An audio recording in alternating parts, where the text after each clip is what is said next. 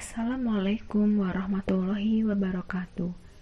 Kami dari kelompok 3 akan membahas mengenai akuntansi murabaha. Sebelumnya, perkenalkan nama saya Rina Novianti, NIM 1036.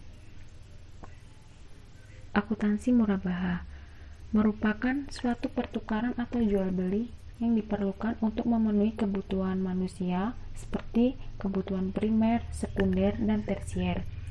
Nah, jual beli tersebut merupakan bentuk dari aspek muamalah atau hubungan antar manusia. Murabahah itu sendiri adalah transaksi penjualan barang dengan menyatakan harga perolehan dan keuntungan atau margin yang disepakati oleh dua belah pihak, yaitu penjual dan pembeli. Pembayaran atas akad jual beli tersebut dapat dilakukan secara tunai atau kredit. Nah, perbedaan murabahah dengan penjualan biasa adalah dalam murabahah penjual memberitahu pembeli berapa harga pokok dan margin keuntungan yang diinginkan, serta pembeli dan penjual boleh melakukan negosiasi atas margin atau keuntungan tersebut. Selanjutnya ada jenis akad murabahah. Jenis akad murabahah dibagi menjadi dua, yaitu murabahah dengan pesanan dan murabahah tanpa pesanan. Murabahah dengan pesanan, penjual melakukan pembelian barang setelah ada pemesanan dari pembeli. Murabahah dengan pesanan dapat bersifat mengikat atau tidak mengikat pembeli untuk membeli barang yang dipesannya. Apabila bersifat mengikat, berarti pembeli harus membeli barang yang dipesannya dan tidak dapat membatalkan pesanannya. Sedangkan murabahah pesanan yang mengikat mengalami penurunan nilai sebelum diserahkan kepada pembeli, maka penurunan nilai tersebut menjadi beban penjual dan akan mengurangi nilai akad. Yang kedua ada murabahah tanpa pesanan. Murabahah jenis ini bersifat tidak mengikat dan pembeli dapat membatalkan akad pembelian. Nah, ini merupakan contoh transaksi murabahah dengan pesanan. Bisa dilihat pada gambar tersebut, ada 5 keterangan yang mewakili gambar tersebut. Yang pertama, pembeli melakukan akad murabahah dengan penjual. Yang kedua, penjual memesan dan membeli dari supplier atau produsen. Yang ketiga, barang dari produsen diserahkan kepada penjual. Yang keempat, penjual menyerahkan barang kepada pembeli. Dan yang kelima, pembayaran oleh pembeli kepada penjual. Saya Elisa Cayaningrum akan menjelaskan ilustrasi murabahah tanpa pesanan. Seperti yang tertera pada gambar, terdapat 3 proses. Yang pertama, melakukan akad murabahah. Kemudian yang kedua, barang diserahkan kepada pembeli. Dan yang ketiga, pembayaran oleh pembeli. Selanjutnya, dasar syariah akad murabahah. Yang pertama yaitu Al-Quran. Di sini, di dalam Al-Quran, dasar syariahnya yaitu pada Quran Surat 4 ayat 29. Hai orang-orang yang beriman, janganlah kamu saling memakan, mengambil harta sesamamu dengan jalan yang batil, tidak benar kecuali dengan perniagaan yang berlaku dengan sukarela di antaramu. Kemudian pada Quran Surat 5, hai orang-orang yang beriman, penuhilah akad-akad itu. Selanjutnya pada Quran Surat 2 ayat 275, Allah telah menghalalkan jual beli dan mengharamkan riba. Kemudian Quran Surat 2 ayat 280, dan jika orang yang berhutang itu dalam kesukaran, maka berilah tangguh sampai ia berkelapangan. Lalu yang terakhir pada Quran Surat 5 ayat 2, dan tolong menolonglah dalam mengerjakan kebajikan dan takwa. Selanjutnya, dasar syariah as-sunnah dari Abu Sa'id al-Khudri bahwa Rasulullah SAW bersabda, sesungguhnya jual beli itu harus dilakukan suka sama suka. Hadis riwayat Al-Baihaqi, Ibnu Majah, dan Sahih menurut Ibnu Hibban. Allah mengasihi orang yang memberikan kemudahan bila ia menjual dan membeli serta di dalam menagih haknya dari Abu Hurairah. Rasulullah bersabda, ada 3 hal yang mengandung keberkahan: jual beli secara tangguh, mukorodah atau mudorobah, dan mencampur gandum dengan tepung untuk keperluan rumah tangga, bukan untuk dijual. Hadis riwayat Ibnu Majah dan Suhaib. Penundaan atau pembayaran yang dilakukan oleh orang mampu adalah suatu kezaliman. Hadis riwayat Bukhari dan Muslim. Selanjutnya, rukun akad murabahah di sini ada 3. Yang pertama, pelaku terdiri dari pembeli dan penjual, kemudian objek jual beli berupa barang yang diperjualbelikan, dan ijab kabul atau serah terima. Ketentuan akad murabahah, yang pertama pelaku, jadi ada penjual dan pembeli, kemudian pelaku cakap hukum atau berakal sehat dan dapat membedakan, sehingga akad dengan anak kecil itu dianggap sah apabila seizin walinya. Selanjutnya, ketentuan akad murabahah, objek jual beli. Yang pertama, barang yang diperjualbelikan adalah barang halal. Kemudian barang yang diperjualbelikan harus ada manfaatnya. Barang dimiliki oleh penjual. Barang dapat diserahkan tanpa tergantung dengan kejadian tertentu di masa depan. Barang dapat diketahui kuantitasnya dengan jelas. Barang dapat diketahui kualitasnya dengan jelas. Harga barang tersebut jelas dan barang secara fisik di tangan penjual. Selanjutnya, saya adalah Zakia Ilma Ahmad akan menjelaskan tentang ijab kabul. Jadi, ijab kabul di sini itu artinya adalah serah terima. Ijab kabul ini tuh harus ada dalam suatu akad karena sangat penting. Seperti makalah, tidaklah sah akad jual beli itu kecuali adanya ijab dan kabul. Ijab kabul ini itu adalah bentuk mengekspresikan akan maksud dan keinginan kedua belah pihak, yaitu penjual dan pembeli tadi.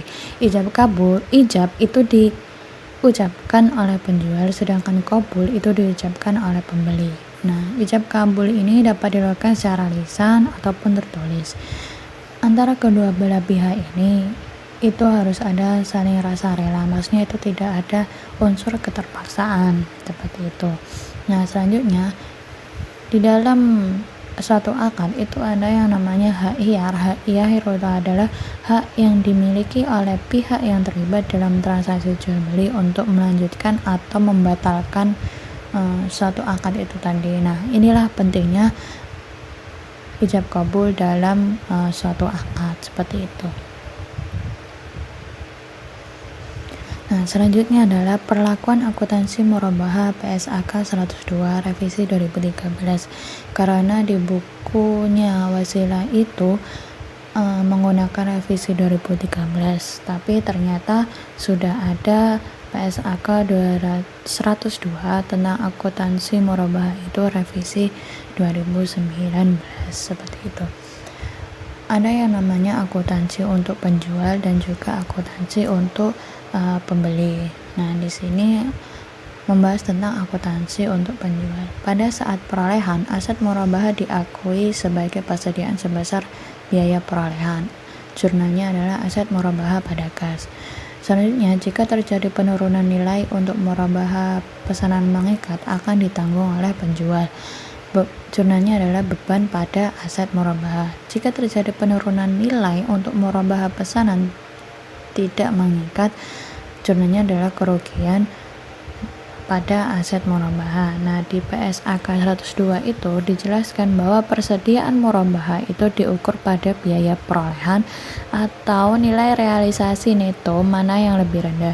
Nah, jika nilai realisasi neto persediaan murabahah itu lebih rendah daripada biaya perolehannya, maka selisihnya itu diakui sebagai kerugian. Nah, di situ juga dijelaskan tentang pesanan mengikat maupun pesanan tidak mengikat. Nah, maksudnya di sini adalah pesanan mengikat itu maksudnya apabila dipesan itu harus dibeli. Jika pesanan tidak mengikat, maksudnya itu walaupun nasabah itu sudah memesan, nasabah itu bisa menerima atau membatalkan barang. Selanjutnya adalah apabila terjadi diskon, maka saat pembelian aset murabahah maka akan menjadi pengurang biaya perolehan aset murabahah jika terjadi sebelum akad murabahah. Jurnalnya adalah aset murabahah pada kas. Menjadi kewajiban kepada pembeli jika terjadi setelah akad murabahah dan sesuai akad yang disepakati menjadi hak pembeli. Jurnalnya adalah kas pada utang. Menjadi tambahan keuntungan murabahah jika terjadi setelah akad murabahah dan seusai akad menjadi hak penjualan. Jurnalnya adalah kas pada keuntungan murabahah. Selanjutnya, kewajiban penjual kepada pembeli atas pengembalian potongan tersebut akan tereliminasi pada saat dilakukan pembayaran kepada pembeli. Jurnalnya utang pada kas. Akan dipindahkan sebagai dana kebajikan jika pembeli sudah tidak dapat dijangkau oleh penjual. Jurnalnya adalah utang pada kas. Dan dana kebajikan kas pada dana kebajikan pendapatan denda. Pada saat akad murabahah, piutang diakui sebesar biaya perolehan ditambah dengan keuntungan yang disepakati. Pada akhir periode laporan keuangan, piutang murabahah dinilai sebesar nilai bersih yang dapat direalisasi. Maksudnya adalah sama dengan akuntansi konvensional. Jurnalnya adalah beban piutang tak tertagih pada penyisihan piutang tak tertagih. Saya Balgis Maharani, NIM 1238. Saya akan melanjutkan penjelasan tentang pengakuan keuntungan murabahah. Keuntungan murabahah diakui pada saat terjadinya akad murabahah jika dilakukan secara tunai atau secara tangguh sepanjang masa angsuran murabahah tidak melebihi 1 periode laporan keuangan dapat langsung diakui dengan jurnal, kas, piutang murabahah pada aset murabahah pada keuntungan. B. Namun apabila angsuran lebih dari 1 periode, maka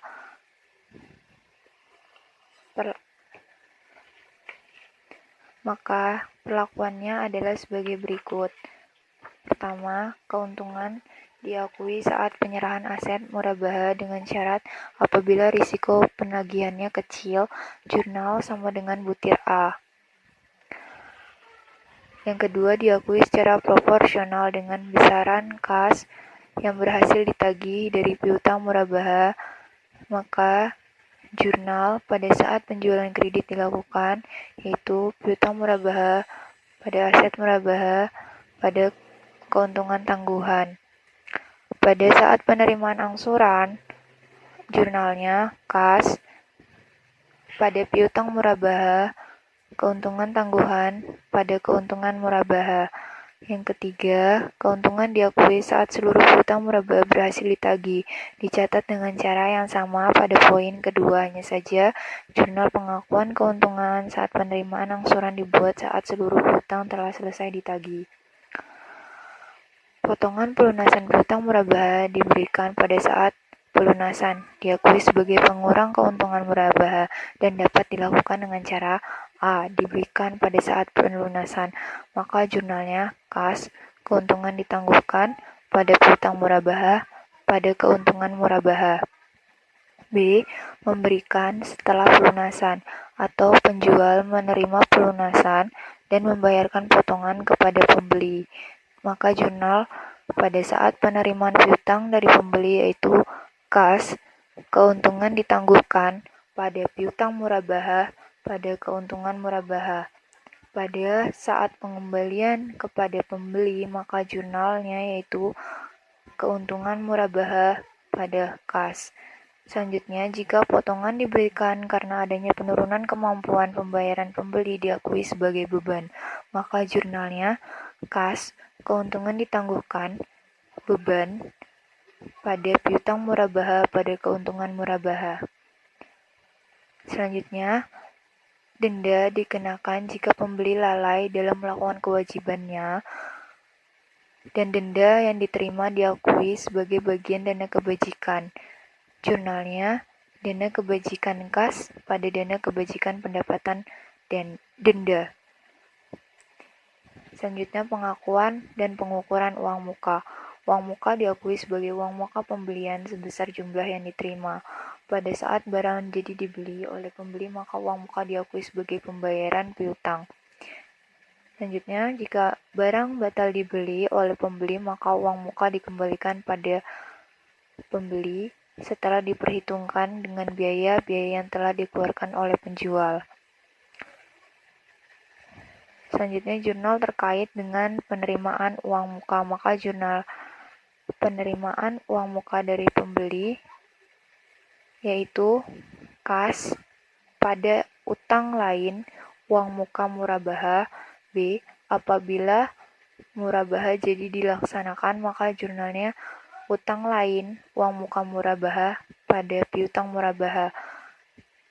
Sehingga untuk menentukan margin keuntungan berdasarkan atas nilai piutang atau harga jual kepada pembeli setelah dikurangi uang muka. Pesanan dibatalkan jika uang muka